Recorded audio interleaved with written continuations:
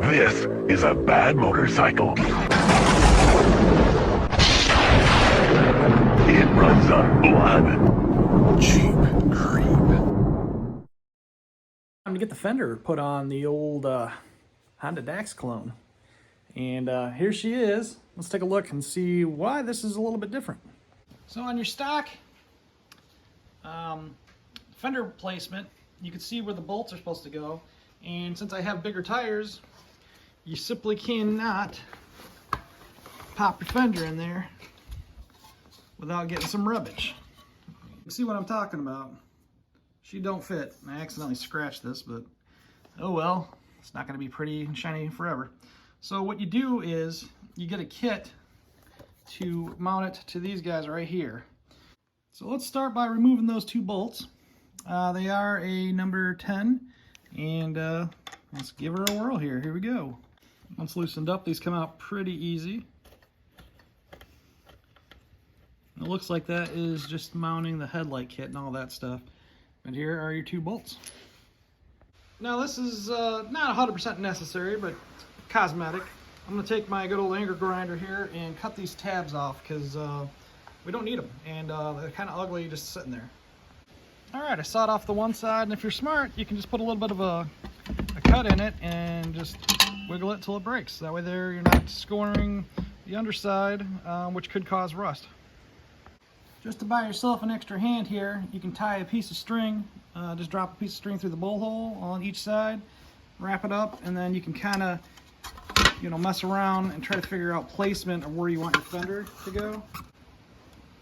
And then what you want to keep in mind is basically so no mud gets on the motor, right? So I would probably, and this is completely up to you guys, you can run this wherever you want.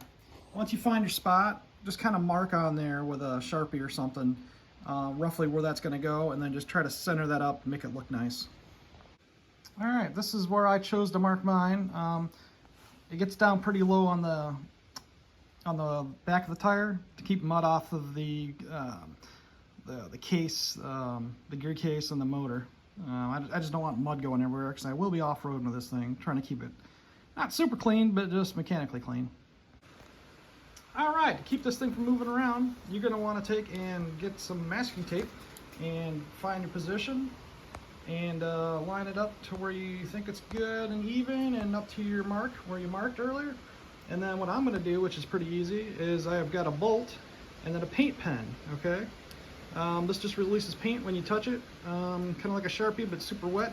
And I'll just paint the end of that bolt, stick it down the hole, and mark where I need to drill. Alright, so if you look down the hole, you can see my nice, pretty white marks. Okay, something that I do that I'm impatient is I don't like to wait for stuff to dry. Wait for this to dry. If you're impatient and you want to find something to do to make this dry faster, well, get a heat gun and blow some heat down the holes and get that paint a little bit drier, because otherwise, if you do what I did the first time, it just smudges and gets everywhere. So you want that paint somewhat clean so you have an easier time determining where to drill.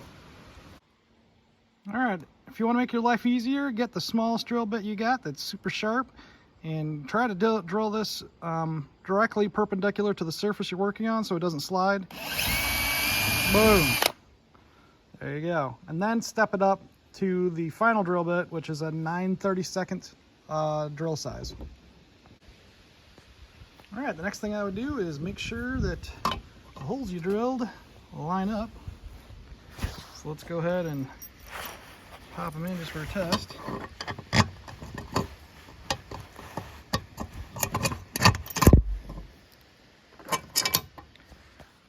Boom, boom.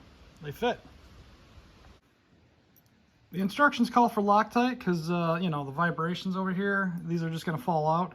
I don't have any. What I like to use, though, are lock washers. So, it goes bolt, lock washer, washer, and then boop, pop it in. Get all your hardware lined up where it's supposed to go. Just one mention, there is a notch in the plastic top piece there cut out. And that faces that black piece right there in the middle, you can kind of see. Let's see if I get a better angle of it over here. See how there's a notch right there? face that inward. I think it's supposed to hit this little thing right here, or give clearance. So lock that down, and yeah, let's take a look. Came out pretty good. I'm liking it. So this flap, definitely protecting the underside of the bike. I mean, it's not the best profile, I guess. Geometric or symmetrical is the original, but I kind of like it. It's a little bit more aggressive.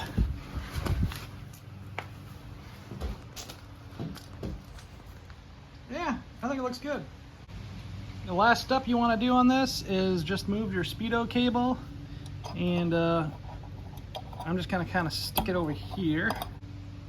There we go. And I got my speedo cable out of the way on that little clip there.